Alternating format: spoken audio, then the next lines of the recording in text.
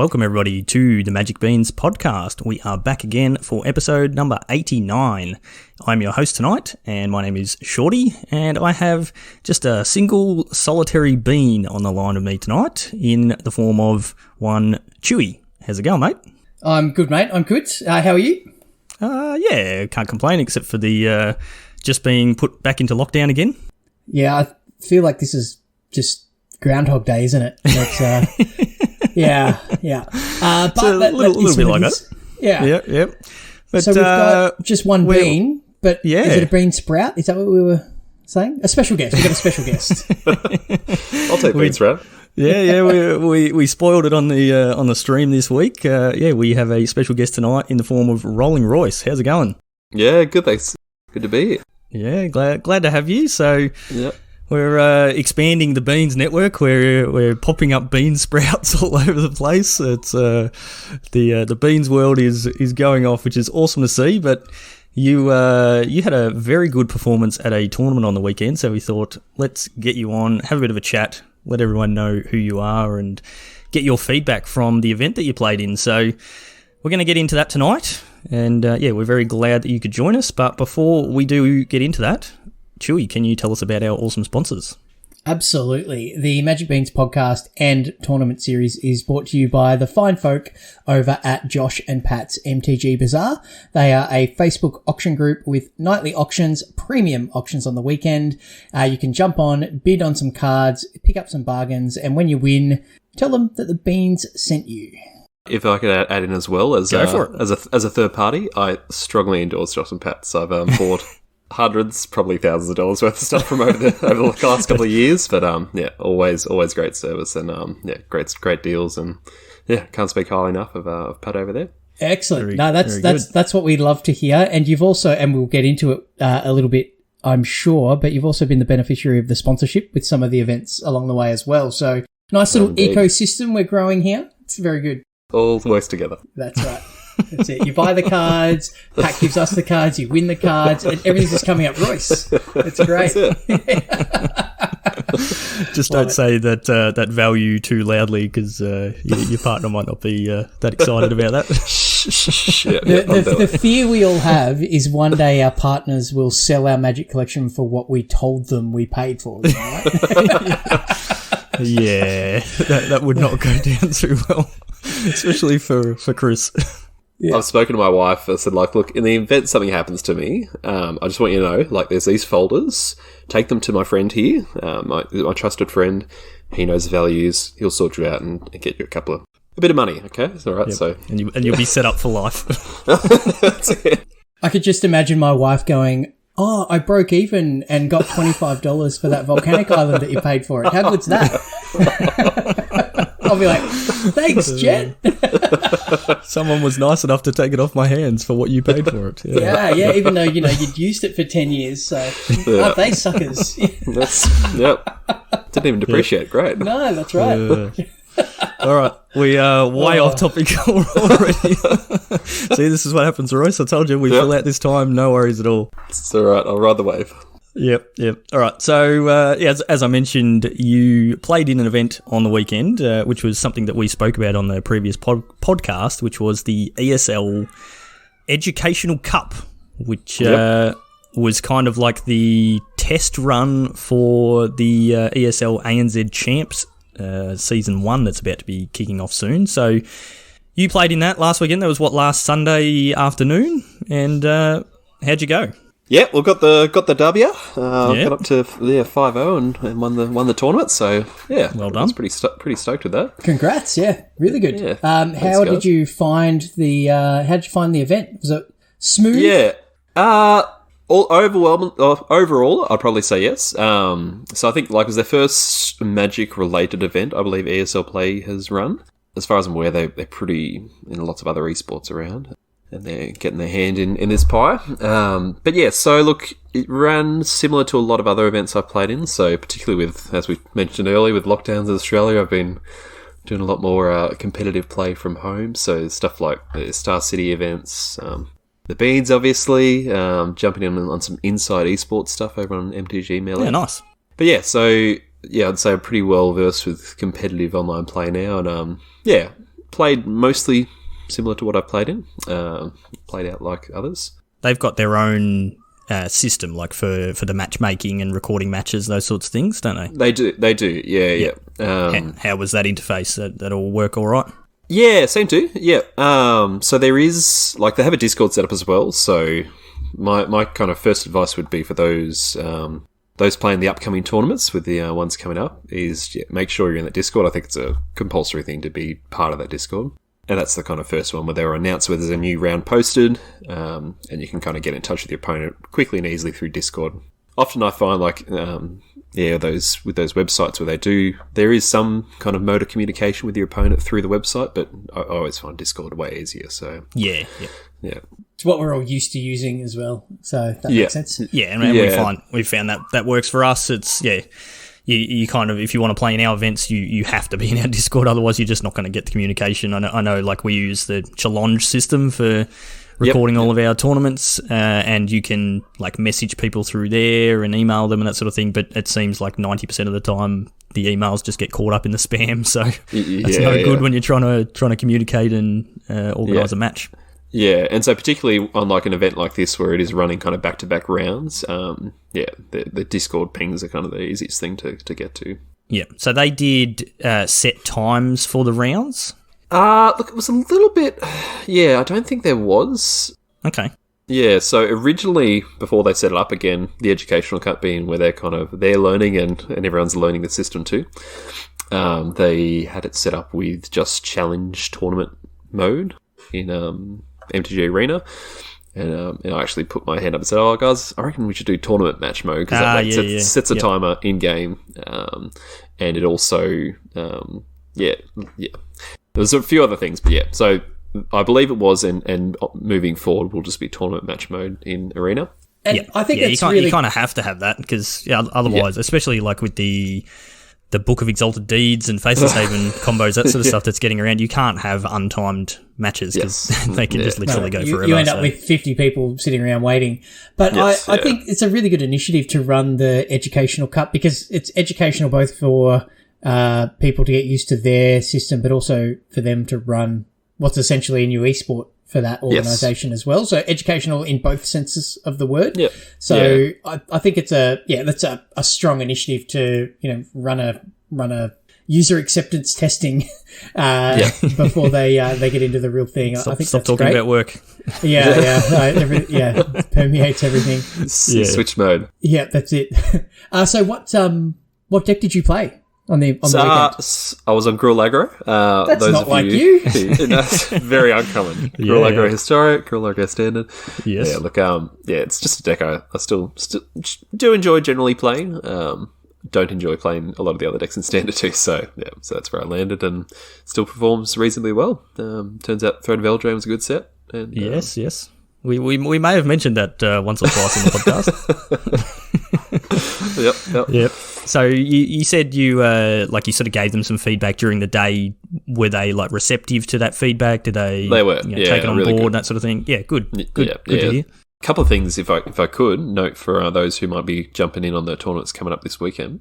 So as I said, Discord, all that sort of stuff. If you haven't really played these kind of back-to-back round tournaments before as well, a couple of things to be wary of. So the rounds, I'm not sure whether they will have set kind of 50-minute rounds this time or not. Yeah, like looking at the schedule for the one that's on this weekend, they've got round one starts at 3:00, round two starts at 4:00, round three. I do see that. Yeah. So every hour, and I believe they had that for the Educational Cup as well, but it doesn't always stick to those strict times. No, so typically the way these kind of the back-to-back events will run will be once everyone is finished in the round, they'll progress to the next round. Yeah, yep. So that kind of shortens the whole tournament in that fashion. So as a player in that, I just say be aware, keep your alerts on Discord. I generally find the easiest way to do it, and then that way if everything wraps up, you're ready to go for the next round. They will give some leniency if you I think it's if they start early, they give you an extra kind of 10 minutes to get in and get set up and stuff. Okay, if you've got Discord on your phone, it's not hard to have the notifications on, have your phone in your pocket, and if they ping you to say the round started, it's you go and jump on your PC or you could just play on your phone if you're in a real pickle, right? That's it. Yeah. Actually, I spent most of that weekend this last tournament playing my phone, trying to juggle stuff around the house and juggle the kids. Yeah, that's it. Yeah, worked out. Yep. But yes, the other thing is make sure you have something ready to get a screenshot of your either loss or defeat, or loss or victory, I should say, at the end of the game. So you need to upload the media, so like a JPEG file of your screen at the end of the match. Okay, so they want you to take a screenshot of that like victory screen that shows your name and your opponent's name, sort of thing. Yes, exactly. Yep. Yeah. So so that kind of helps settle any disputes. Hopefully that kind of thing won't happen. But so there's actually an option to upload media in the match as well. So I just use a snipping tool, just get a quick snip of the screen, save that, upload it into ESL, and you're good to go. If people aren't familiar with the snipping tool, if you're on a Windows device, hit the Windows key and just start typing the word snip. It'll come up with a pair of scissors, open that. It's super easy to use. It's amazing how many people are unfamiliar with taking screenshots, and you see people with photos from their phone of their used to snipping tool people. It'll make your life a lot easier. I do love a good mobile phone photo of a phone. Just how easy that snipping tool is to get to takes us back to the conversation we were having before we started recording. Chewy. I wasn't going to go there. I was also thinking the same. The snipping tool is so difficult to use. I now have a 3-month-old. Yes, exactly. Thanks, lockdown. We love the baby, but it's going to be a great story to tell at her 21st. Yep. Any other advice for people that are going to play in the next ones? Aside from playing rule aggro or avoiding getting paired against you because you'll crush them? Yes. That's it. Yeah, that's two things, and you're good, I think. But I think that's it. You keep an eye on the rounds. You don't want to kind of just get a game loss or potentially a match loss if those do start to go roll earlier. Yeah, just enjoy it. How many players did it end up with playing in that event? It was... I was just looking back at it actually here. So I think there was like 70-something registered, but I know that not that many showed up. No, I think it dropped back to like 46 maybe. Yep. Okay, that's still not bad for a one-day thing. And you ended up on top 5-0. Yeah. Was there another player that ended up on 5-0 as well? No, so it did. There were 2 4-0 matches. Oh, sorry, there were 3 4-0s going into round 6. Yep. Oh, sorry. Going to round 5. But one of them was playing down to 3-1 and the 3-1 one up. So, yeah. Okay. So, I was a little bit nervous. Yeah, I was like, I got the window. I was like, I don't know if I got first or not. Like with the breakers or the system they use is the bush. How do you even say it? Yeah, the bush. Yeah, bush it's the same. It's the same thing that Challenge uses. Yes. Okay. Yeah. It's not the regular, opponent match win percentage, all that sort of stuff that like the Wizards event reporting uses. One thing I did notice, like obviously I'm in that Discord as well, and I sort of kept a vague eye on the chat just to see how the event was running during the day, and there definitely seemed to be a lot of people playing in the event who had never played either never played Magic before or definitely never played Magic tournaments before. Yes, and didn't were very fresh to it. So be aware of that. You will get people like that, so be kind to your opponents, that sort of thing. The other thing is the deck lists. They did require deck lists for that event. They've got a Google form for that, I believe. Yeah, so there's a Google form to fill out. Now, there's a couple of ways you can do it. So you fill out this Google form. They ask you a couple of questions, a few things, just to kind of get a bit of a background on you as a player. How long you played casually, competitively for, any other background in other TCG formats or other games. So then you also need to upload during the registration process a link to your deck list. So the way you can do that, again, I think a lot of people do it differently, and this is probably one of those things they've got to iron out, down the line for exactly how they want to get it done consistently. Yeah, so the way I did it personally was I uploaded my deck list to MTG Goldfish. And so, just export it from Arena, import to Goldfish, copy and paste that URL from Goldfish into the Google form, and then you'd sort it. And then for the tournament, they have that compiled into just a Google sheet. And so, that was actually... So they post the Google sheet of all the players, all their deck lists at the start of the tournament. So the way I did that is had that open in Google Sheets for the tournament. When I got paired to a new player, the quickest way I found was if you just go Control F on the Google Sheet and then type in your opponent, and that takes you down to their cell in the sheet, and you can find their deck list there quickly. Okay, so effectively open deck lists as well, which is cool. Yes. Yep. Yeah. Okay. Yep. Oh, that's great. Or it makes me want to play that one of Snakeskin Veil in my sideboard just to mess with them. If I can provide some feedback to, so obviously, like, I saw there was a bunch of people posting on the day, like, how do I get a deck list? Like, what do you want? And like a ton of people not even knowing what MTG Goldfish was, which is probably one of the most well-known Magic websites. So that goes to show sort of how new some of these people are, and that's awesome. Like, great to see some new people. But some feedback I definitely want to provide to the ESL people, if you do listen to this, is just be careful with that. If you're allowing people to provide a link to their deck list, if I have a deck list on MTG Goldfish and I've given you a link, I can edit my deck list throughout the day, but the link is still the same. So you have no way of checking that I haven't modified my deck list. Like, I could literally change my deck and make it to whatever I wanted. Look at my next opponent's deck and change a few cards around, or change it to a completely different deck. So the way we've always handled deck list for our tournament stuff is we have people submit it to us, send us an email, and sending us a link is fine, but we then take that deck list and then put it onto something so that we've got like effectively a fixed copy that cannot be changed. And if a player playing in one of our events wants to change something, they can then contact us and say, prior to the event, hey, I need to update my deck list. Can you change this and this? Or here's the updated deck list or whatever. And that's fine, but it means when you get to the day, it's locked in. There's no way for them to make that change. So just something to be aware of. It makes deck submission actually easier as well, because you just export it from Arena and paste it into whatever that upload is. You don't have to upload it to Goldfish and then share the link. You can just kind of add a few steps in. Yeah. Yep. One of my opponents had uploaded like the DCI sheet with wow. all the so and then posted a link of that. No, it's like it was done through Word and then posted to a URL somewhere. But I was like, oh, this is like an old deck. So, right, okay. Yeah.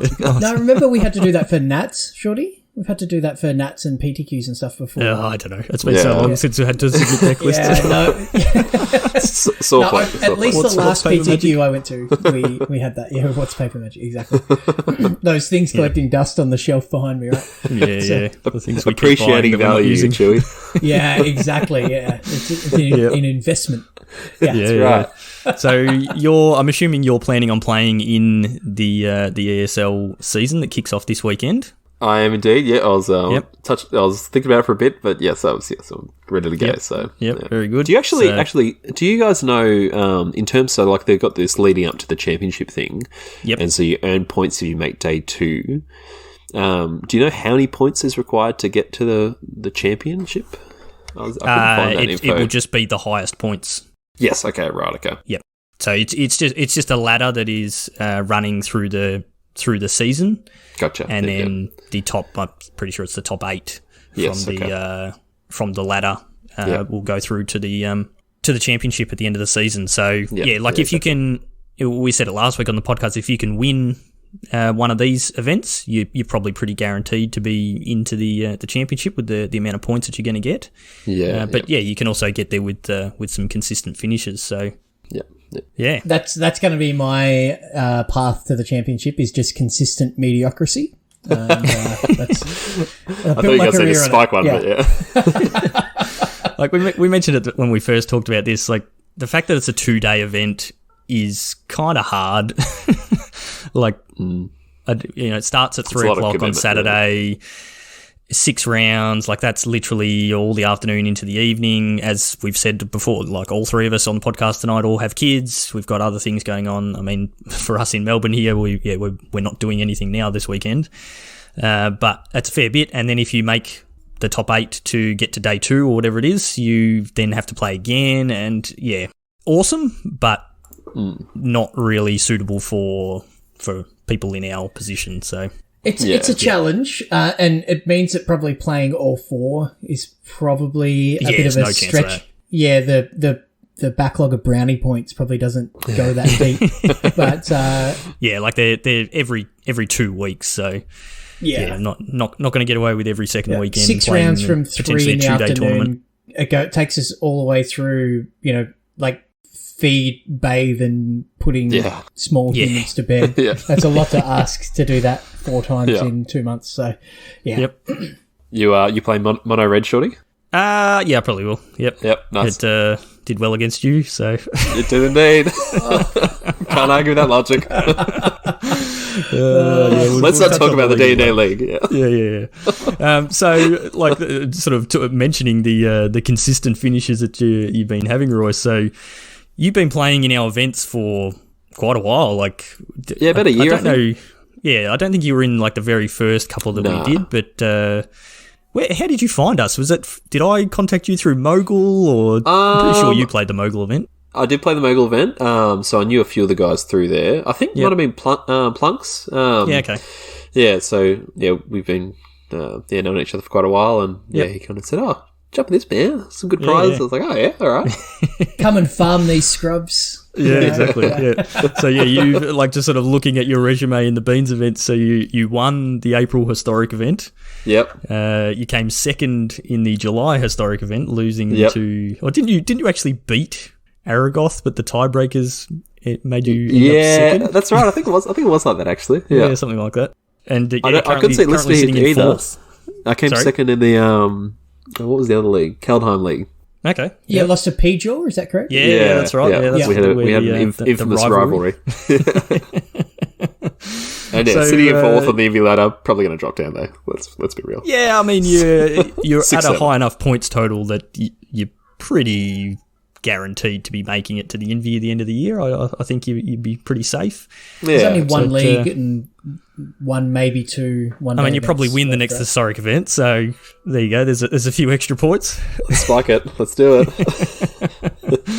But it's you've definitely become someone that adds to the reputation of the Group of Death for Group Shorty with your performances. So hopefully you can keep that up, and we hope that you continue with playing our events because we love having you. Yeah, a quick little internal shout out for the Beans, but you guys do a great job. Really great community. Fun competitive games. Thanks for, you don't have to make that quick. You could just keep going with that sort of stuff for the next 20 minutes. I've got a list here. All right, we've sacked Stu and Royce is on the cast. Yeah, time out. That's great. Yeah. No, thanks, mate. We want to build a bit of a community, and we want to build a Magic environment that we want to be in, right? So, for sure. If that's good feedback, and I think we've attracted like-minded people as well. So shout out to everybody for making. It's not the Beans that have built that. Like we just started the Discord and talk about Magic once a week. It's the community itself that's built that. So, you planted the beans and they've sprouted from there. That's it. Oh, I like this guy. Oh, man. All right. So, the ESL ANZ Champs 2021 Season 1 kicks off this Saturday, 3 p.m. AEST, Australian Eastern Standard Time. Currently 128 players registered. I haven't signed up yet. Chewy, you signed up? 129 probably by the end of the cast. I'm working on it. Yeah. Let's call 130. Yeah. It would be really nice to get that up, 150 or closer to 200. Probably unlikely to get there. And I'm tipping, let's say it stayed at 130 players signed up. You probably end up with about 100 people actually show up on the day, which is not bad. But hopefully they can grow it. And once it starts to get a bit of a reputation, it'll be even bigger. Or we can just take over the system and we'll run our events. Set up, ready to go. Let's roll. All right, cool. So next thing we want to talk about is more of the Jumpstart Historic Horizons preview. So spoke about it last week on the podcast, what the set is, when it's coming out, comes out next weekend, and how you're going to go about getting your hands on the cards, which... From what I've been hearing, from a lot of people, is people aren't happy about how hard it's going to be to acquire these cards, which I kind of agree with, but whatever, suck it up. If you want the cards, you got to pay money. That's how it goes. Yeah, Like, it's when they're introducing so many, like, we'll get into it in a sec, but, like, so many meta-defining kind of format-defining cards, and then be like, oh, yeah, and you might maybe get one of the packs you choose in this event. Yeah. Like, it's yeah. It doesn't... If they introduce even, like, I was just thinking about this today, like, if they ran, like, so there's the events which cost, like, 2,000 gold or 400 gems to get into, but even you could buy, like, a pack of, like, 20 events for some sort of discount, like, yeah, there's just nothing like that. It's just... That would be great, actually. Like, we've done that at Remember the Days again of paper tournaments where you could have $100 for the weekend, you could play as many side events as you like. Nice. And that was great fun. And like, if you could do that for like a Arena Open as well, you could, if it costs you 20,000 gems or whatever to join, if you paid 40,000 gems, you got 3 tries or something. But you might get there on the first try, but you spent your 40,000 gems, or you might get 3 tries and get a free roll. So there's a bit of risk there, but something like that would be great, Wizards, if you're listening. Yeah, I was talking to Chris Polywaffle on the weekend about this, and the price, the 2,000 gold, you pay 1,000, like just a normal regular pack is 1,000 gold anyway. So your 2,000 gold is like buying 2 packs, which is what you get. So you're basically just paying the normal gold price for packs. The problem is that it is time limited, and that's where it becomes an issue. And it's also 380 new cards to historic. That's where the issue is. It is just such a huge amount as opposed to a regular standard set that's 260 odd cards that you only really want like 40 of them.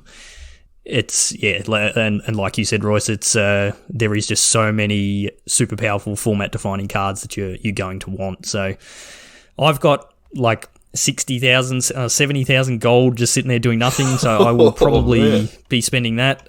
Talking to Chris, he reckons he's got like 200,000 gold just sitting there because he just never spends it. You guys need to draft more. Wow. That's what I'm thinking too, Chewy. Yep. But lots of cool stuff. So let's have a bit of a chat about some of these cards. I know, Royce, you've been super excited about all this, so you've got a few cards on your list. We might kick it off with one of Chewy's, because I quite like the first card on your list, Chewy. You want to tell us what that is? I'm trying to remember what order I put them on. No, I'm kidding. So this is one of the cards that is out of the Modern Horizon set, and it is Seasoned Pyromancer. So for those unfamiliar, it is 1 generic, 2 red for a 2/2 human shaman. It's at Mythic. When Seasoned Pyro enters the battlefield, discard 2 cards, then draw 2 cards. For each non-land card discarded this way, create a 1/1 red elemental creature token, and it has an activated ability of play 3 and 2 red, exile this card from your graveyard, and then create some more 1/1s. So there's a deck in Historic that likes discarding cards and drawing cards and filling up their graveyard with. What card's that? What deck's that, man? It's a it's Luris, isn't it? Luris, yeah. Can you? No, you can't play. No, I don't know. Like, it's not. It's Shorty probably has played the deck because it's like red and blue, and he likes that kind of stuff. But I've played it. I played it once or twice. Yeah, the old bin chickens. So yeah, I can see this slotting in there, creating some.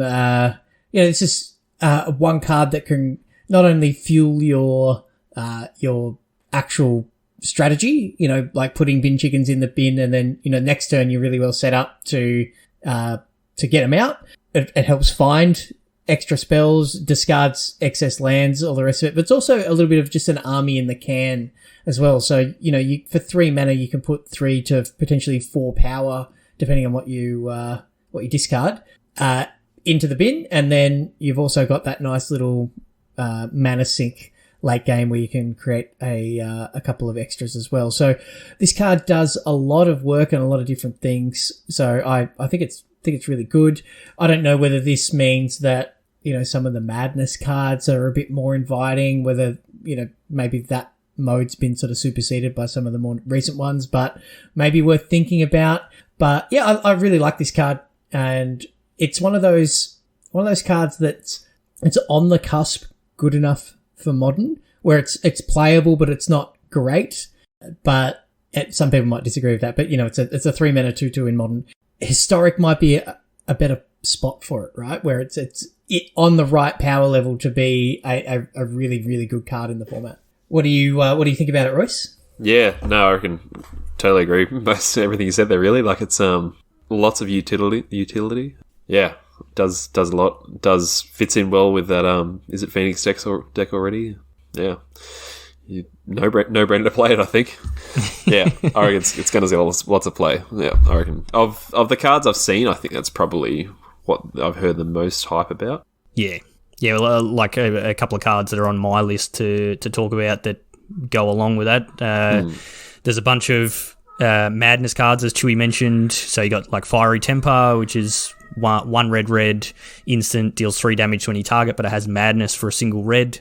So, you discard it to your Seasoned Pyromancer or your Faithless Looting. You can madness it. Same with Blazing Root Waller, which is a single red for a 1/1 that has pay red. Blazing Root Waller gets +2/+0 till end of turn. Activate only once each turn. So you can turn in for 1 red. You can turn into a 3/1, but it has a madness cost of 0. So it's the ultimate value of being forced to discard a card and just being able to cast it for free. It feels Wild Mongrel Basking Root Waller-esque, right? Yes, very much so. There is, and sort of to go with that, we've got Insolent Neonate, which is a single red for a 1/1 with Menace, and it has an activated ability of discard a card, sacrifice Insolent Neonate, draw a card. So another free discard outlet. And we actually... Yeah. Well, we actually have in Historic Hollow One. So we're getting to the point where like Insolent Neonate and some of these other cards were played with Hollow One, and the Hollow One deck for quite a while was really powerful in Modern. So in one of we're the getting to a point where sets, it's going to be quite good. Yeah, one of the anthology sets had the 1-drop as well. Whenever you cycle or discard a card, it gets bigger, right? The Jackal? Yeah, possibly. I think it was in one of the anthologies as well. Because I remember if you can remember what it's called, I could look it up. Yeah, no, I can't remember what it was called. But the cycling deck in Historic plays it, obviously with Hollow One as well. So this could get away from, just a dedicated one-trick pony cycling to, a more like Hollow One beatdown type scenario. So this could potentially... spawn a new archetype in that by introducing this to Historic. So it makes an existing archetype better in Phoenix, but the Hollow One or cycling decks, which has been like solid tier 3 at best in Historic, could definitely get a bump with Seasoned Pyro. I really like that. Yep, totally. Yep. All right, Royce, what do you got on your list? Oh, well, a couple of things. So, first one I want to give a shout out to is Hardened Scales. So, Hardened Scales, for those who aren't familiar, is a enchantment. It costs 1 green mana and has the ability of, if one or more +1/+1 counters will be put on a creature you control, that many +1/+1 counters are put on it instead. That many +1/+1 There's a lot of +1s in this. It is, yes. It's the words +1, and then there's also the numbers +1. Yes. I got lots there somewhere. Exhibit that, that exhibit meme where he's like, "Yo, dog, I heard you like +1 counters on your +1 counters, so I give you a +1 counter." Yeah, you know what I'm saying. So, you know what I'm saying? Counters galore. Counters galore is what we're saying here. So you played a bit of Hardened Scales over the journey, I have. Royce? Yeah. So my first kind of really getting into Standard was back with like Whiny Constrictor back in Kaladesh Aether Revolt. And so that kind of gave me this love of, oh man, I love chucking +1/+1 counters on stuff. Where else can I do this? And then kind of got invited to play Modern, and then I started off playing just Raw Affinity, which again... Oh, you're getting Chewy excited. Yeah. So Affinity's got a lot of love in this set too, which I'm excited to see. Absolutely. Hopefully see more. But then I kind of made the shift over to Hardened Scales. Is Mox Opal too good for Historic? I'm going to say yeah. I mean, they reckon Brainstorm wasn't too good, so you never know. Yeah, we'll see. Cool. But just enables lots of +1/+1 counter shenanigans. Will it actually make +1/+1 counters viable in Historic? I don't think so. I don't think it's going to pump it up to like a tier 1 or anything, but... There was the green-white 2/2 that had the similar effect Yep. from a couple So- of standard sets? Yeah, so Conclave Mentor. That's the one. Yeah. So typically, if I see +1/+1 counters available in a standard format, I love giving that a crack. And I did that Slows the New Bill. That was fun. But, Yeah, we don't have Walking Ballista. Yes, historic. exactly. Like Yes. they could have printed Walking Ballista because they did the anthology or the remastered set, the Kaladesh one, and they chose not to print Deliberate omission, Walking that's- Ballista. Well, there's the Not Heliod, surprising. right? No, it was probably a good got call. Heliod. Yeah. Yeah. What's Hangerback? We don't have Hangerback Walker yet in. No, that seems like historic? doesn't seem That's a too good historic powerful card. for. Yeah. Yeah. I'd like to see So it, for sure. I think there's enough support there. With maybe it ends up being an Abzan deck, but as you said, there's a bit of, like in Modern Horizons 2, there was a bit of modular theme. So we haven't got the full preview yet for this set. There's a lot of, I don't think there's that many rares and mythics to come, but there's still a lot of commons and uncommons. So we may start to see some of those common and uncommon modular creatures start to appear. Uncommon, so Mishra's Bauble. Mishra's Warwick. Isn't cranial plating an uncommon? It's that's not in historic already. It wasn't in one of the I was trying to think about that actually. Yeah. I'd settle for scissors. What's the Insole artifact? That would be good. And I don't think Shrapnel Blast is too much to ask for. The value player in me wants to sacrifice an Ica Wellspring to Shrapnel Blast just for that sweet value. Yeah.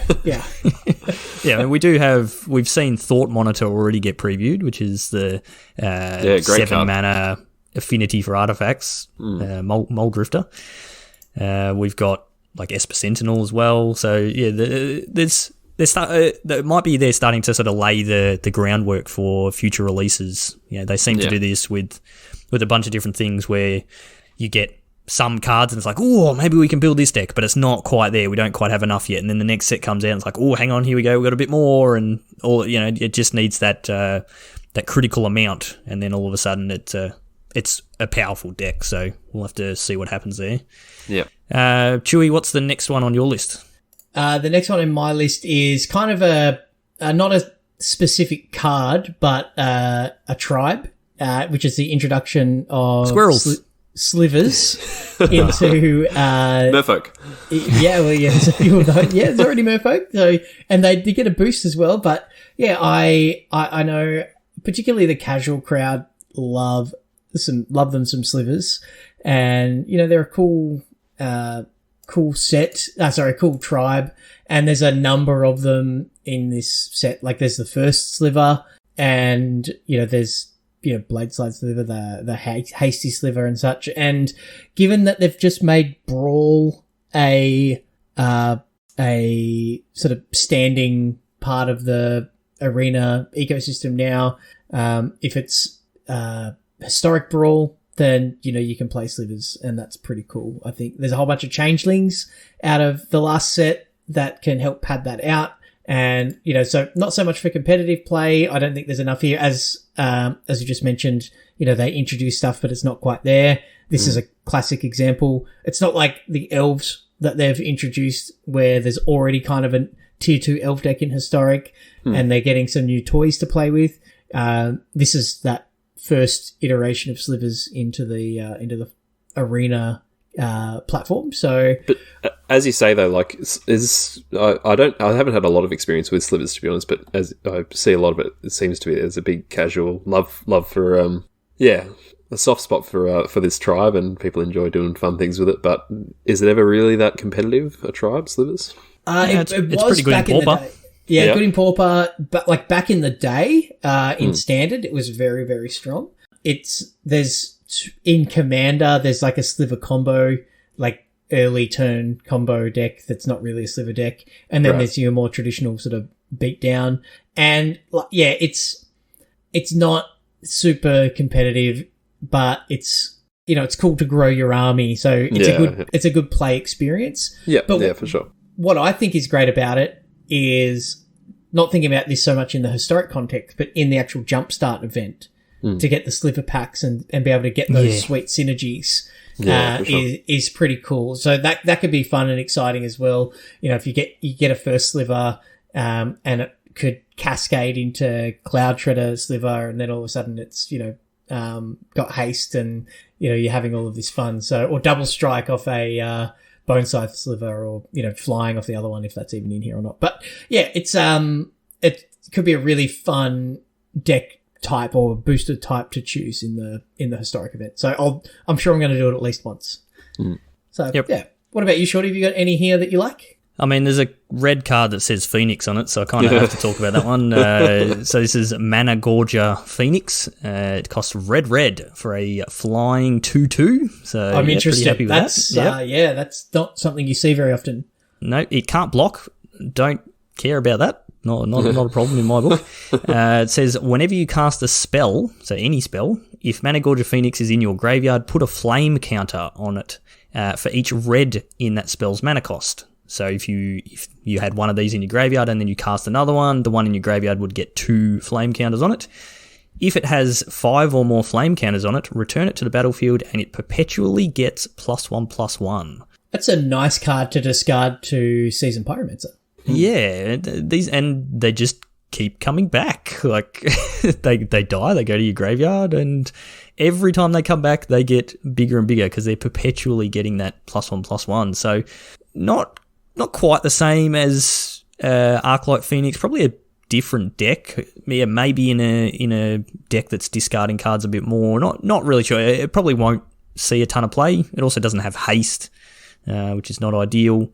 But a 2-mana 2/2 flying in red, you kind of can't really go past that. And then if it comes back even once or twice, or, if you return 1 or 2 of these from your graveyard throughout the game and they come back as 3/3s or 4/4s, then you're kind of winning. So, yeah, we'll see what happens here. What's your thoughts on this one, Royce? Yeah, again, I think I can't really disagree with much of what Shorty said there. I don't...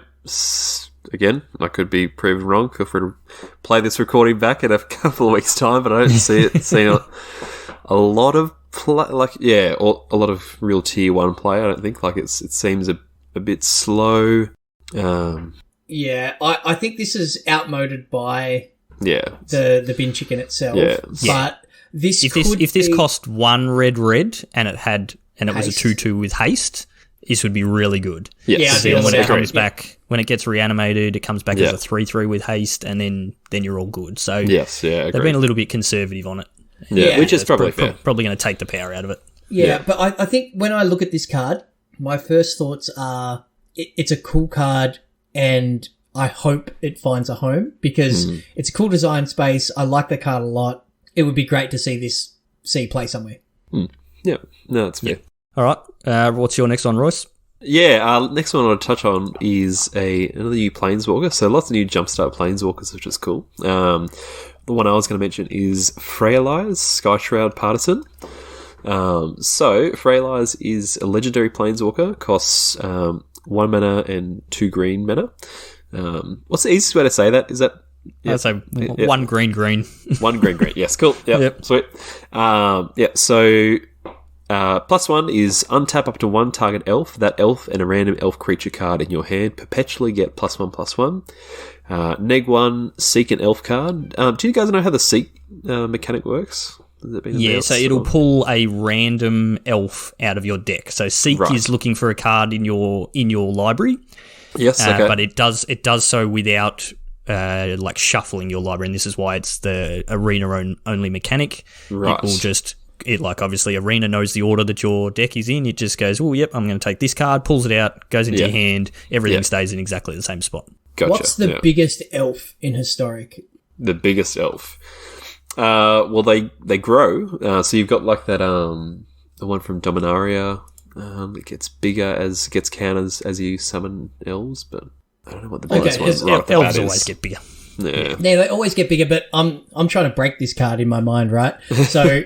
if I go first turn, no, I don't want to go Lenore Elves because I don't want to find that. Say Gilded Goose. Second turn, this guy. Can I get Goose for an elf tribal? No. So I'm playing 4 copies of Freyalize and some number of copies of the biggest elf I can. So I'm only pulling out the same thing. So gotcha. Right. Okay. You do have changelings as well. Yeah. So what's the big? Can I pull out a 6/6 on turn 2? Potentially. I can't think of one off the bat. We'd have to do a Scryfall search for what's in historic and is an elf. I don't want to play this or the a change fair way. thing. I just want the biggest thing I can get on turn 2, right? Speaking of big things, what's the -6 on this? Yeah, so -6 is conjure a Regal Force card onto the battlefield. Okay, do you know what Regal Force is? No, I don't. No. It is 4 green, so 7 mana cost for a 5/5. When Regal Force enters the battlefield, draw a card for each green creature you control. Whoa, okay, that's all right. So, not bad. Yeah. And look, I think, looking at this, I think it's a Planeswalker which could fit pretty well into the Elves shell that already does exist. Yeah. Like, you have that, you have that want to, when you got your Elves out, so, playing out your, I forgot the names of it, which isn't helpful at all, but so you've, Elvish Warmaster, is that one of them? Or? Is that the green Sounds familiar. one that, yeah. You could just say Elvish and one of the elves, but like the one that Elvish, grows as you get more elves onto the battlefield, taps more the one mana. that grows, the ones that tap for mana, yep. All that stuff. That's what elves do. Untapping elves is a great thing to be doing, and so plus Yes. money that, and also boosting it. Like, I think that's doing all the things that elves wants to be doing. So I see it as a good fit there right away. Yeah, and being able to play this on turn 2, like being a 3 mana planeswalker that comes in with 4 loyalty, like this has got Oko like all over it. 3 mana comes into 4 loyalty, straight away you plus it to 5. You get to untap an elf that you probably just used to tap for mana for this thing. It gets +1, something else in your hand gets +1, and then you can probably then cast that one that's in your hand. That's pretty good turn 2. Yeah, and you've got a planeswalker on 5 that's just going to start pulling elf cards out of your deck. And then 2 turns later, you draw 4, 5, 6 cards maybe. Yeah, off your Regal Force. Yeah. This is getting me excited to play this deck. Yeah. I actually so I don't know how long ago it was, maybe 4 months or so ago. Hit top 1200 Mythic playing just elves in historic. Humble brags. Humble brags, yeah.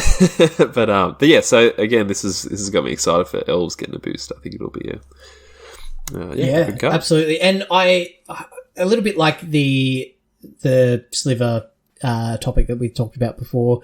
There's already the elf deck. This makes the elf deck better.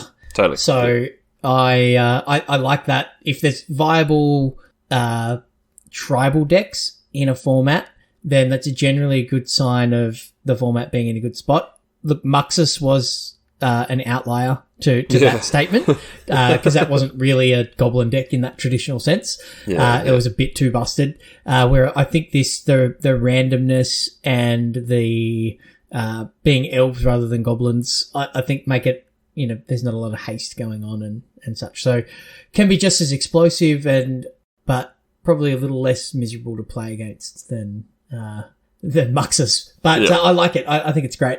And I guess a really important card in historic for a really long time has been Grafdigger's Cage, and the seek type mechanic. Does it seek an elf? Does seek put it into your hand or into play? Yeah. Seek Grafdiggers isn't going to do anything against seek. No, okay, right. So it doesn't put it into play. Okay, so my original seek goes into your hand. My original thoughts of getting something giant into play on turn 2 is actually null and void.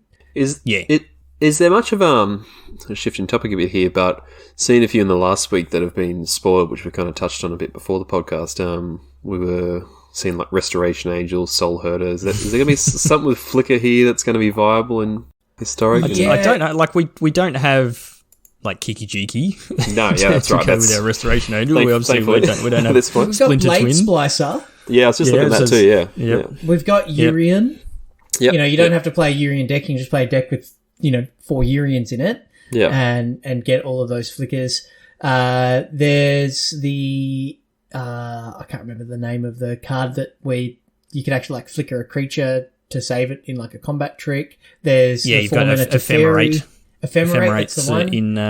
In historic. So yeah, there's plenty of bouncing stuff, flickering things. I think there's another couple. What was that card, Shorty? Teferi to bounce your own. The OG Ravnica set that was the white and one and a white. Yeah, and then it it was the flashbacks blue. what was that called? Anyway, Yep, I'll that think one. about that at 2 a.m. But that was a great deck because you had Momentary blink. Momentary Blink, Loxodon Hierarchs and Mole Drifters came as well. So all that stuff's pretty sweet. So I'm excited by this. There's people that are upset, I guess, that are invested into Historic, that all of their decks have been completely thrown out the window by the power of introducing Modern Horizons cards into Historic, and I understand that. But as somebody who only really plays Historic, periodically, when usually before one of our events, I'm not so worried about this. Yes, it will burn me some wild cards, but that is what we've signed up for with Arena. They're in the business of making money, and this is their opportunity to do so. I'm excited to play the limited event, and if I snag a couple of mythics along the way, then that's great. But I understand people being upset by it, but I'm not too sad. But I do get what they're saying. Yep. I had a lot of fun drafting Modern Horizons 2 and MTGO recently, and seeing all these cards together, I was like, oh man, this would be fun to do drafts with, but like... I'm looking for the next Arena Cube. Ooh. Yeah, actually true. That'll mix it up a bit. With custom draft queues, Wizards. Yes, thank you. please. So we can allow play us to together. challenge our friends and all that stuff. Yes. All right, I've got just a few cards just to quickly mention sort of as we move on. So there's a Bizarre Trade Mage, which is 2 and a blue for 3/4 with flying. So 3 mana, 3/4 flying, already really good. And it has the Bizarre Baghdad text on it. When Bizarre Trade Mage enters the battlefield, draw 2 cards and then discard 3 cards. So seems decent, and definitely combo potentials, that sort of things, whatever else you use Bizarre Baghdad for in Vintage and all that. Well, there's got to be a Reanimator deck in Historic. Well, so that was my next thing. So a card from MH2 is Late to Dinner, which has really weird art. It's a it's another reanimation, three and a white. For a return target creature from your graveyard to the battlefield, and you get to create a food as well. So there are heaps of reanimation spells in Historic now, as we've seen already with some of the decks that were getting played. And someone mentioned a bit earlier that Merfolk's getting a bit of a bump, so we've got the Surveillance of Sea and Sky, however you say that thing, which is a very powerful Merfolk from... MH2 with some awesome Seb McKinnon art. We've got a Master of the Pearl Trident, which is a Merfolk Lord that gives you Merfolk +1/+1. There's also Archmage's Charm, which would slot very nicely into a mono blue Merfolk deck. So yeah, plenty of support there for a mono blue Merfolk, or maybe a blue green Merfolk deck. As I said, with the elves, if there's viable tribals, then that's good. It's worth mentioning as well that Davriel, which is the black planeswalker that we spoke about in last week's cast, and Davriel's Withering, which is black for an instant target creature perpetually gets -1/-2. Whilst that is a great, probably sideboard card for aggro matchups in decks that have swamps. Pre-banned in Brawl as well. Yeah, so if you've got X2 commanders, then those are just gone because of the perpetual negatives. Yep. So they announced this week that Historic Brawl, which is something we have not spoken about at all on the podcast, but we probably will at some point, has become a permanent queue, or I think they've said it's permanent for a period of time, and then they're going to assess and see if the queue is firing sufficiently and whatever for their numbers. So I'm assuming it'll be fine, because it seems like a very popular format. It's basically Historic Commander and the pre-bans of those 2 cards, which makes sense because that would just really suck to have your commander perpetually never be able to be played. Yeah. Kind of defeats the purpose. Well, so. I think there's a mono white deck with equipment and Isamaru, Hound of Conda as the commander, right? So just completely making that deck unplayable seems bad. So we did have a request, might have been on my stream, I can't remember, from someone for us to run a Historic Brawl event at some point. And I think we can definitely organise something like that. It wouldn't be part of our tournament series, but we could definitely tee up a one-day event that we can organise and schedule in, and whether we play in it or not is another question, but we can tee it up, and I'm sure we can find some prizes somewhere sitting in our cupboards to support that. So If you keep an eye out for that. If you listen really closely, Shorty, you can hear the cogs in Reese's head turning on what gruel card he uses as commander. It's Yes, Dom all gruel all the time. Domri, yeah. That's easy. I will just say, move on historic horizons in a sec, but it's been cool in spoiler season here. I'm part of a few different like tribal groups on Facebook, like elves and merfolk. I think I even joined a Slivers one at one point, even though I've never really played the deck.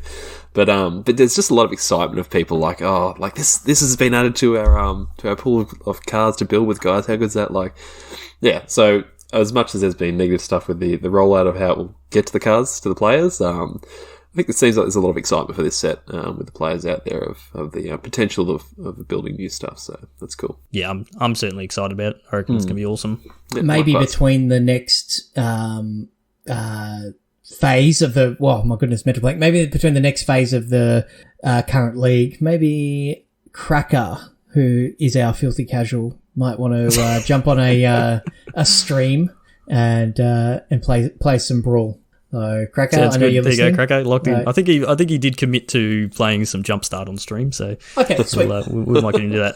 I just I was literally just about to go off this topic, and I just saw a card I've never seen before because this is a new one to Arena, one of the Arena only cards. Reckless Ringleader, single red for a 1/1 Goblin Rogue with haste. So 1/1 hasty Goblin. Yep. Seems good. When Reckless Ringleader enters the battlefield, choose a creature card in your hand. It perpetually gains haste. That's That sounds good. Yeah. Can I please have that in standard? That would be amazing. Oh, yes, actually true. It doesn't just say goblin either, does it? It's choose a No, creature yeah, it's card. just choose a creature card in your hand. Oh, Yeah, that's man. awesome. Imagine giving Annex haste. Oh, you could give it to that Phoenix we were talking about before. Turn one, yeah. you play that dude, you Also get in for perpetual one. as well. Yeah, true. Yeah. Turn two, you play your Phoenix, it's got haste, you bash. If it dies, it's still got haste because it's perpetual.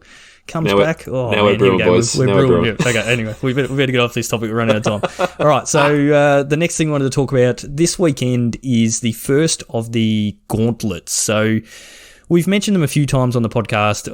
None of us really fully understood quite how the MPL and all that sort of stuff worked, but this year at the end of the current season, they are running these gauntlets, which are tournaments that are played over a weekend that effectively work out who is going to be in the MPL and Rivals and all that for next year. Now, obviously, we know MPL and Rivals is finishing next year. They're not going to continue, but Wizards did commit to still having it next year so that people still had something to actually play for, and they didn't feel like they just wasted a whole year playing and then all of a sudden, no, it's ended. So good on Wizards. But yeah, this is the first of the gauntlet. So this weekend is the Challenger Gauntlet, and the challengers are basically the people who, like the best players who aren't already in Rivals or MPL. So they're the people who've won like the set championships and whatever other big events that have been played throughout the last year.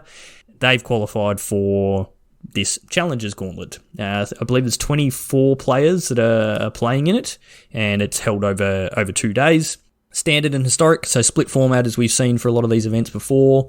It is using the current historic, the modern or Jumpstart Horizons cards won't be legal in that in the event for this weekend. They don't come out till next weekend.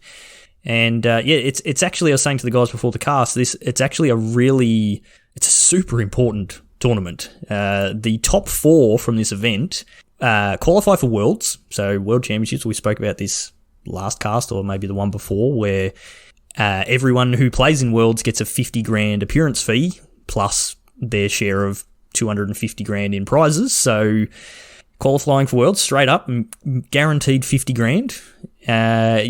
But also top 4 get an MPL contract for next year, which who knows what that actually means, but that contract is supposed to be worth somewhere around 50 grand as well. So if you top 4 this event this weekend, you're effectively getting 100 grand plus whatever prizes you win from Worlds and events that you automatically qualify by being in the MPL next year. So it is huge. It is a massive, super important event. It's even bigger than the Magic Beans Invitational right there.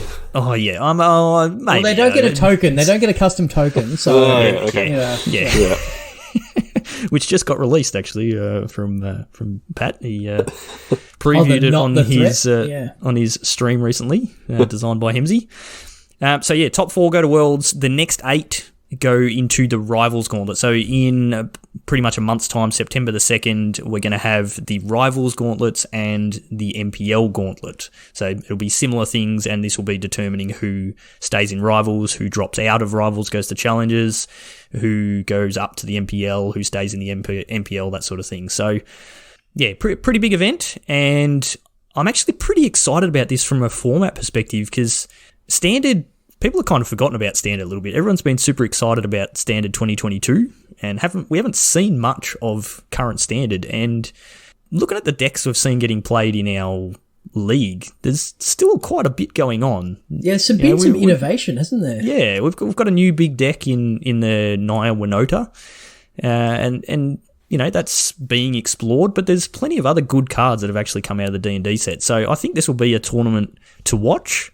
And it might be a tournament that actually dictates the format, the standard format for the next, whatever it is, 1.5 months until the next set comes out and we have rotation. So, I'll definitely be tuning in. It's this weekend. There'll be coverage, as there usually is for all the Wizards things. And, check that out, and we'll see. I have no idea who's playing in it. no one. I don't even know who's in the MPL, honestly. I can't see anything on the website. Yeah. It's typical Wizards fashion. That's very hard to find the information. So, but yeah, there will be coverage this weekend, and people will be playing Magic in really high important level matches. Yes, so tune in. All right, the last thing we want to look at is just a league update. So, Chewy, do you want to give us a quick rundown on how our league's looking? We need to play some more Magic, people. Well, I mean, Royce doesn't. Royce doesn't. Royce is done. I've got one match left. Although when I did try to brag about this on the Discord, was quickly put in my place of, no, you did not finish first. You're third. I can see that there's no tall poppies allowed to thrive in this environment. Really isn't. No. So Group Shorty has done well and got lots and lots of their matches played. Jedi's Walker is edging Shorty out on tie breaks. Yeah, he's got the tie break against me because he beat me. He beat you. Yep. So it comes down to the last match. We've got one match left each, but different opponents. So yep. So we'll your invite will drop down, Shorty, regardless of where you finish. So the top of your queue, excluding you, is Jedi's Walker, Child Rebel Walker, getting some matches done. One of our perpetual players doing well. Some scrub called Rolling Royce, and then up at 6. Hanging in there by thread. Yeah, that's it. And up at 6 at 5-1. Still a few matches to play, but pretty solid record as well. Down into Group Chewy. I lost to Skips J yesterday, and he took top spot from me, sitting at 6-1. I'm at 6-3. You got Winoted, I believe, from the solidly chat. Winoted. And then I had the mulligan to 5 and didn't draw a non-land card in game 3, so I just got summarily dismissed. Yep. Aluka, which is Pat's better half, is sitting in third place, or pseudo second, with me passing down. And have they played in a tournament before? No. This is her first. Doing well. Come in, clean it up. Yep, absolutely. And then Stephen Bradbury, aka J Mud, sitting in fourth. And in Group Stu, Group Cracker. Sorry, we've got M Harris on 8 and 5. AV Cable again. Always doing well at 6-1, along with Lab Monkey and our illustrious sponsor in fourth, with Pat. And down into Group Stu, it's good to see Stu has actually moved off the bottom of the ladder. Actually got a win. Just one win. Yeah. And Squid plays. So we had a couple of people not be able to play out their matches in Group Stu. So we've had to write off a few matches there, but Squid plays with 10-1 and the 2 matches written off, locking up first spot there. That's an incredible run, with P-Jaw, always up the top of the standing. The Professor, who's doing really, really well. And the Last Unknown, one of our newbies, is coming in with 4-2, edging out Yanley, the winner of our last league, at 4-3. So there's a few familiar names, and then there's a few new names at the top. Like, we're not used to seeing Chewy at second spot. So it's it's right up there in, up for grabs. And there's about a week to go. And there's still a bunch of matches to play. So we're in lockdown. There's no excuse. So get those matches churned out. Get them done over the weekend. Yeah, this is the last weekend to play. So the cutoff is next Friday night. So we're recording this on Thursday, the 5th of August, and the cutoff is Friday, the 13th. So this is your last weekend to get in play. So definitely need people pushing this weekend to get those matches done. And just a reminder that we are playing for about $500 in cash and prizes in this league. So there's a lot of incentive to play. And we've got our weekly prizes of $5 Josh and Pat's vouchers for each group, one for each group, and a collector booster, which is from is that D&D set? It is, isn't it? Yep, D&D collector booster given away each week, and each match that you play in that week is an entry into that draw. So the more matches you play, more chances to win. So make sure you get on it, and it's just great value. Yep. Speaking of giving stuff away, we are still running our Twitter giveaway for a full Modern Horizons 2 draft booster box. We've just seen all these Modern Horizons 2 cards that are coming into Jumpstart Historic Horizons, so definitely get in on that. Just look us up on Twitter. Such a good set. Yeah, just search for Magic Beans Cast. You'll find us on Twitter. The pinned tweet on there has the instructions for what to do.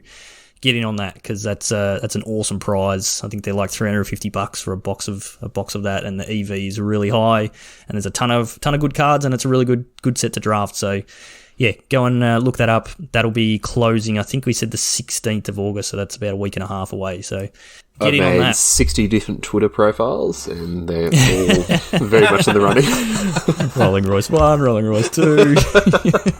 These seem unique. Yep. All right, so that's going to do us for tonight. Before we get into the wrap-up, Rolling Royce, massive thank you for joining us tonight. It's been a pleasure to have you. Yeah, thank you. And as we said earlier on, your performances in our events has certainly earned you a reputation, so hopefully you can keep that up. But we appreciate you coming on tonight. Is there anything you want to shout out? I think you stream on occasion. Yeah, every now and again. So I do. I mainly stream actually over in the at the Magic Beans Discord actually. So just streaming into the group there. So yep. If you want to see some high quality Magic, coming over to the Magic Beans Discord. If you want to see someone play Gruul, that's right. See me beat a face. That's where to do it. Yep.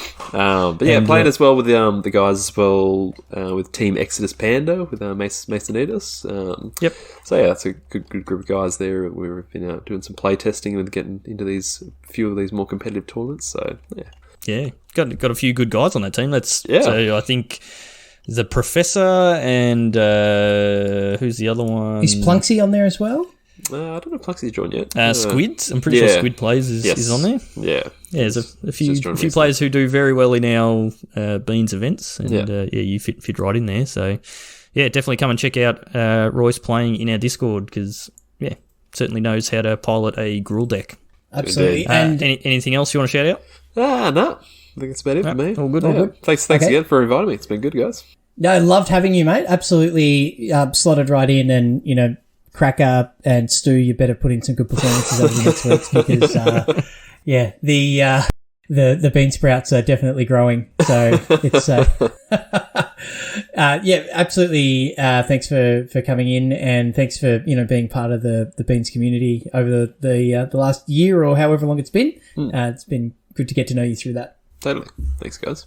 All right, so usual wrap-up. If you want to get in on our events that we run, the tournament series or anything like that, best place to do that is in our Discord. The link is always in the show notes.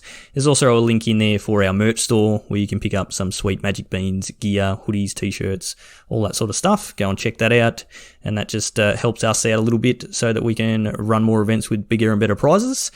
Go and check out our sponsors who do the bulk of supporting us for our prizes and things that we do for our events, being Josh and Pat's MTG Bazaar. So just type jpmtgbazaar.com.au and that'll take you straight to the Facebook group so you can get in on their daily auctions.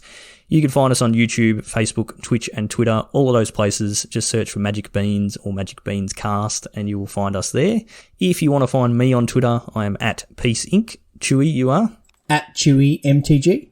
And Royce? At Rolling Royce, I believe. I think so. I don't use Twitter much, but yeah. Yeah, you'll find him. Just there's not too many Rolling Royces out there. Yeah, that's right. You'll find one of them. Just follow them all. All right, so that's going to do us for this week. Thank you as always for listening. Stay safe out there, and we will see you all next time.